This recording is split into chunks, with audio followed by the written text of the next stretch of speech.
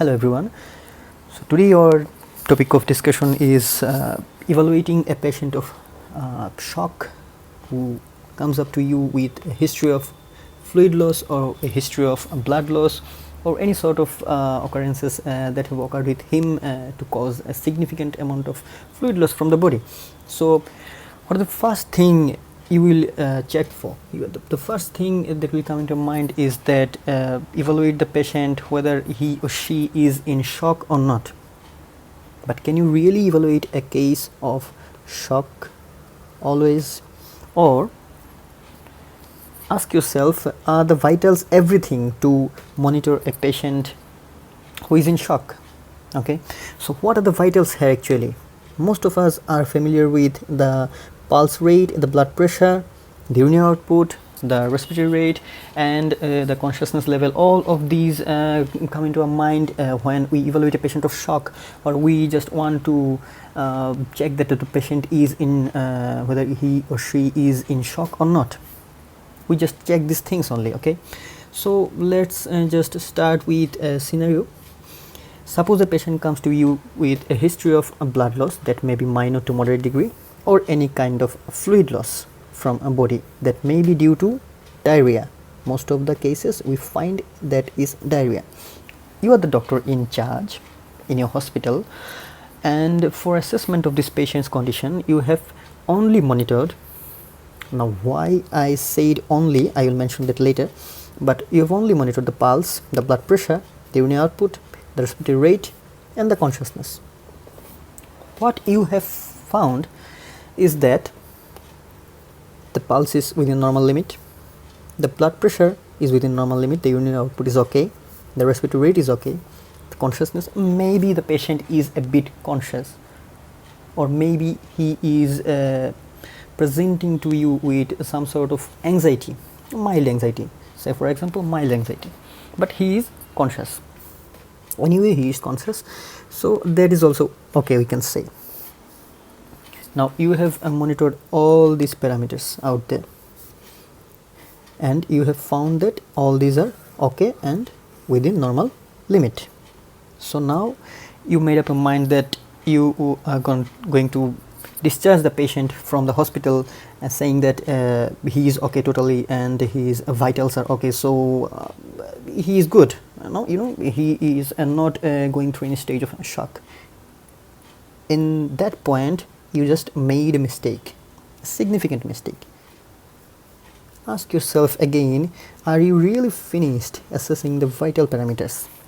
Are these the only vital parameters in case of evaluating a patient of shock? No, sir. These are not only the parameters of monitoring a patient of shock, because there are two stages of shock. One is compensated stage, and another one is a decompensated stage.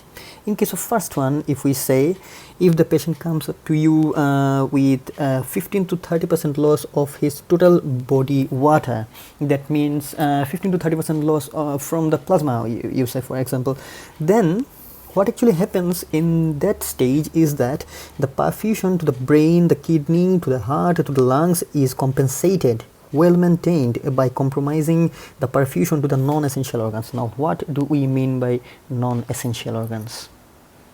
We mean the GIT is not actually that non-essential, then the muscle. Now the blood flow to these organs, GIT, muscles, and other organs, other peripheral organs, are a bit compromised to maintain the main perfusions, the vital perfusions to the brain, kidney, heart, and lung, which are the most essential organs in a body. So they are well maintained. Therefore, as the brain is okay till now, so you are finding that the consciousness level is okay. As the kidney is okay, the renal perfusion rate is very good, so you are finding that the urinary output is okay. The heart is okay, circulation to the heart through the blood vessels is still okay due to compromising the other perfusions, so the heart is okay. That's why the pulse is okay and the blood pressure is okay. The lung is okay, so the respiratory rate you find is normal, is within a normal limit. But is that dictate you to a state of normal condition of the patient? No, because look at this. I've said earlier that there is 15 to 30% loss of fluid from his body, and also he had given you the history of blood loss or any sort of fluid loss from his body. So now a question may arise that, so what should I do now? I'm finding all these parameters normal and his perfusion is well maintained to the vital organs. Are we finished evaluating the patient? No. What actually happens is that there is a mild degree of hypoperfusion to the patient, because there will be always hypoperfusion because already there is some fluid loss. So how can we assess this minor amount of, not so minor, it is also significant, but relatively minor amount of blood loss or fluid loss from the body? How can we assess this? What is the significant change that occurs within our body that actually dictates us to the state of a compensated stage of shock? Because this is also a stage of shock, and if a patient persists in this stage of shock for more than 12 hours, he can pass into this stage, this decompensated stage, where the loss continues, and the further loss, say for more than 30 to 40%, will affect the blood pressure and other major parameters. Then it may be irreversible condition to resuscitate the patient even with enough amount of fluid, or even with enough amount of emergency settings. You may just lose the patient. So treat the patient in this stage, otherwise you are going to lose the patient anyway if you don't actually evaluate the important parameter. Now come to the main point. What is the important parameter? You've missed there. What is the important parameter? Now what actually occurs in case of hypoperfusion? Even if the hypoperfusion is the mildest, there's lack of oxygen, there's hypoperfusion continues, and there is shifting of a metabolism from the aerobic to anaerobic system, and there is production of lactate and lactic acid, which actually causes the metabolic acidosis. And there is a metabolic acidosis in your body, and you know very well that how to evaluate the metabolic acidosis in a patient with fluid loss, either by the serum lactate or by the base deficit, or a more preferably you can do an arterial blood gas analysis, and you can interpret the report, and you can find that the pH is decreased and the PCO2 is decreased. Okay, you just tell your assistant or whoever, the nurse or the other staffs out there that take up the arterial blood and send it for arterial blood gas analysis, and send me the report quickly. And you find this, the pH is decreased from the normal limit and the PCO2 is decreased. Okay, so when does the pH decrease along with the PCO2? We know that there is a simple rule for ABG interpretation, and rule number 2 is that when the pH and the PCO2 goes in same direction, that is that both of them decrease, then it indicates primarily a metabolic disorder, and if both of them decrease, it is a metabolic acidosis. Okay, now explain it. That is, the pH is decreased, so it is anyway acidosis. And why the PCO2, the partial pressure of carbon dioxide, is decreased? Because when there is metabolic acidosis, our lung tries to compensate by exhaling more amount of the carbon dioxide from our body to the outside, and therefore the partial pressure of carbon dioxide gets decreased. Therefore in metabolic acidosis you will find both of them decreasing. Okay, and it also supports the rule number 2 of the ABG interpretation anyway. So you have found that you are confirmed that there is metabolic acidosis. So other than measuring these things, you need to add one thing always, that is either the ABG interpretations or the serum lactate, and by that thing you will be able to measure the base deficit. Now what is the base deficit? I already mentioned once that there is a base deficit in case of metabolic acidosis. Yes, that's clear, because it actually indicates that the deficient amount of base to neutralize the extra H plus ions in your body, in the blood. Okay, so there is deficit, relative deficit of the base that is actually needed to neutralize the already increased H plus ions in your blood due to lactic acidosis, due to metabolic acidosis. Okay, you need extra base, so that means there is deficiency of base. So by this thing you can actually assess that there is something abnormal or there is something unusual going on in this patient. So let's see some references.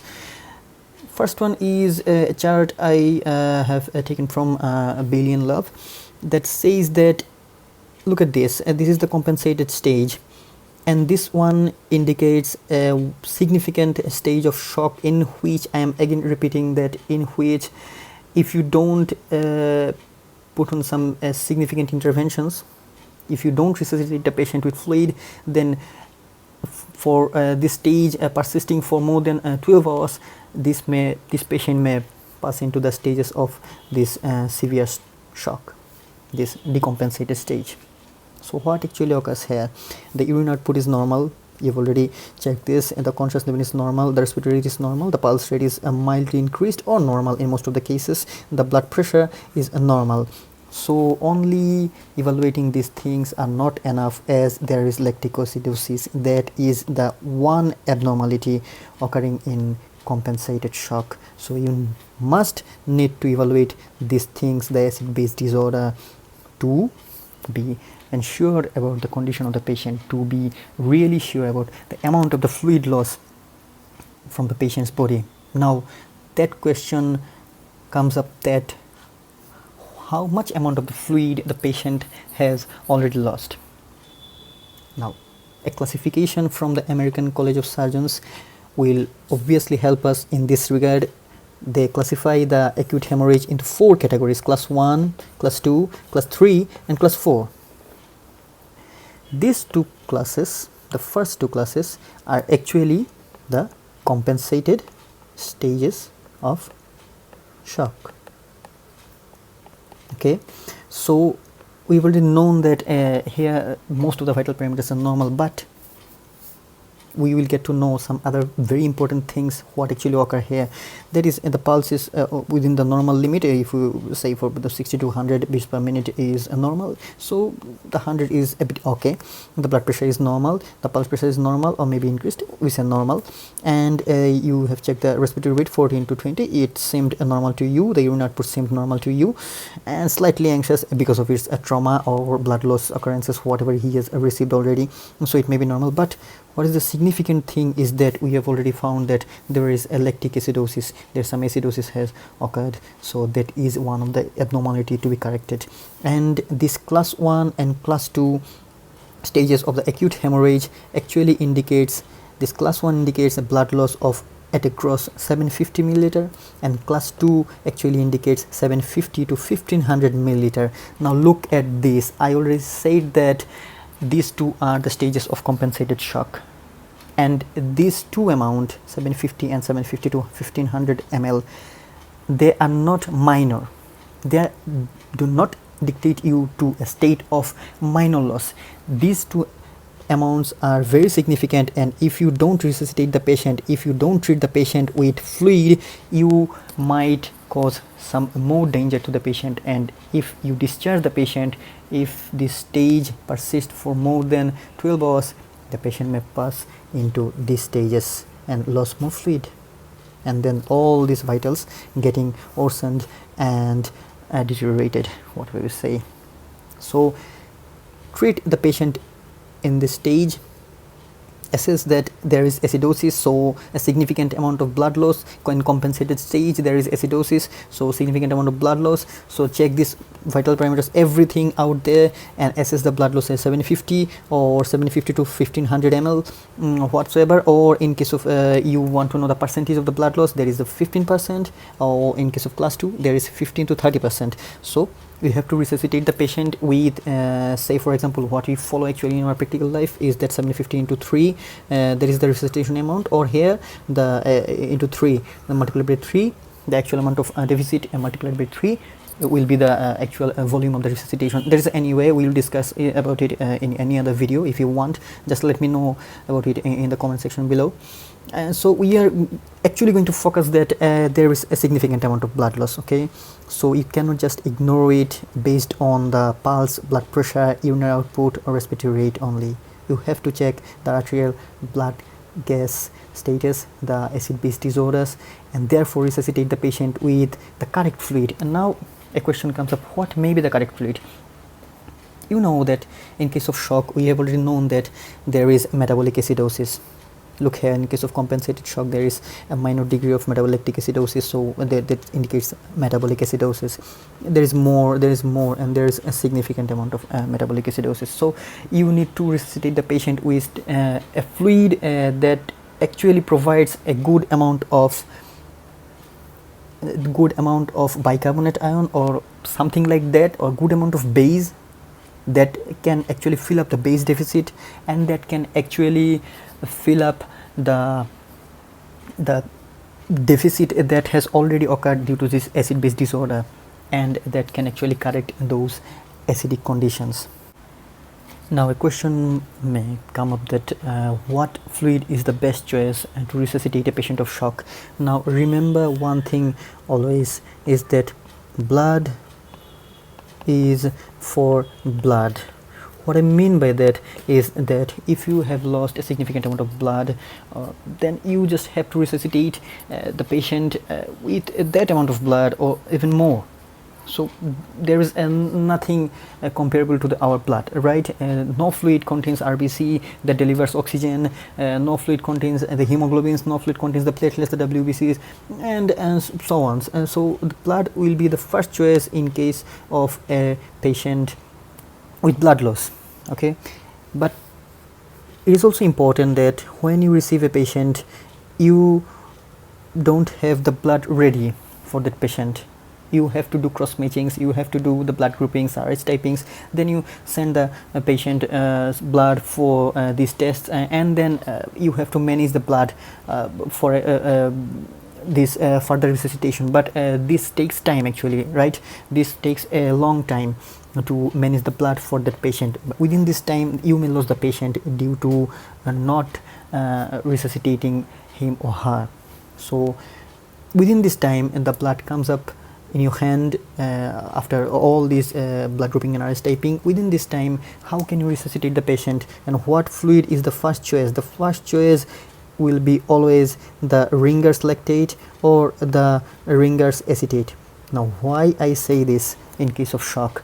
Because the shock produces lactic acidosis or metabolic acidosis. We have seen so far there is significant amount of metabolic acidosis, so we need to cover up that acidosis, nothing else. Even if the patient is in severe stages, we have to start the resuscitation by fluid administration, or if the patient is in compensated stage, there is no other dysfunction except this acidosis, so we need to correct the acidosis significantly. And as there is base deficit or excess of acid within our body, we need to administer some fluid that actually produces extra base that can actually cover up that acidosis. And what are the fluids? Ringer's lactate and Ringer's acetate. Why I said this? These are the best fluids because Ringer's lactate contain the lactate, which actually produces 3 bicarbonate ions when injected in our body. One lactate produces 3 bicarbonate ions, whereas the one acetate actually produces 2 bicarbonate ions. And these bicarbonate ions, we know that these bicarbonate ions are base, and these are actually essential to neutralize the extra H plus already being produced in our body, and these will actually cover up the acidic conditions, right? So these are the best choices. Resuscitate the patient at first with these fluids until you manage the blood after all the blood tests. Now if this is not available, then you might go for normal saline if the blood loss or the fluid loss is less than 3 liter or minor blood loss. Because what I indicate by saying this is that normal saline has a very acidic pH that is 5.7, because when it goes in our body, okay, it has high chloride content, 154 millimole of chloride content, okay, millimole per liter. And this high chloride, when injected within our body, this draws the H plus ions from the water and produces more H plus. So in case there is significant amount of blood loss, such as for more than 3 liter, there is already severe acidosis in this patient already due to loss of more than 3 liter blood or significant amount of loss of blood. There is severe acidosis, and in that condition, if you inject this normal saline, this will produce more acidosis by producing these all H plus ions by the excess chloride content. So you need to be very careful, and you need to check that where the patient is in mild shock or severe shock. If he is in mild shock or compensated stages, or having minor loss of fluid, say for less than 3 liter, then you can resuscitate the patient with a normal saline, because in that stages it will not actually aggravate the lactic acidosis but correct the circulatory volume. You need also correct the circulatory volume also to increase the blood volume, ultimately to deliver the blood to the peripheral tissues, and to maintain the respirations, and to maintain the oxygenations, all other vital perfusions. So you can always choose the normal saline when there is minor loss. But remember, again I say that if there is significant loss, such as more than 3 liter of fluid, then there is already severe acidosis, and if you inject the normal saline, it will aggravate the acidosis much more and worsen the patient's condition. So in that case, you have to manage this fluid out there, the ringus lactate or ringus acetate solutions. Otherwise, go for this. And these are the basic managements. And if you if you just want to know more about this fluid management in the shock, or what are the bases are actually doing in our body, and how they are covering up all the acidosis, and how they're neutralizing the excess acids in our body. If you're really interested to know that, let me know by commenting down below, and to subscribe my channel and share if you want your friends to learn about these significant changes. And this is for your lifetime, right? So cheers.